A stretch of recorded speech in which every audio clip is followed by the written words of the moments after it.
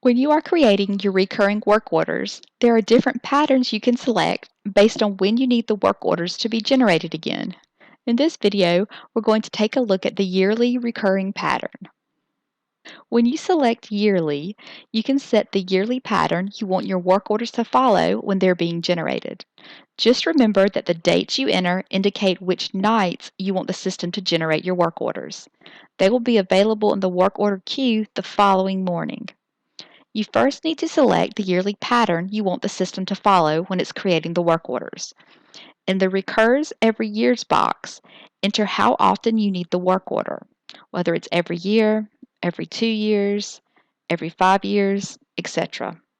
Once you have filled in the pattern for the years, you can either choose to select the specific date that you need the work order, or you can select the specific day. As you can tell, there is a difference.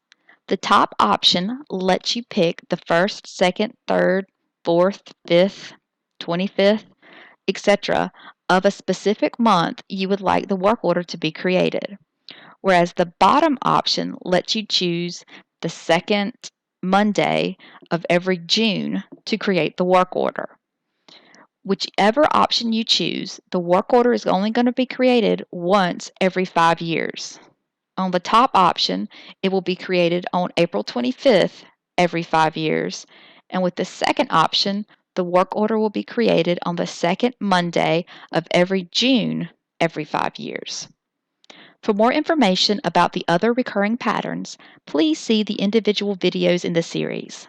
If you have any questions, please contact the help desk at help@vrmgr.com. Thank you.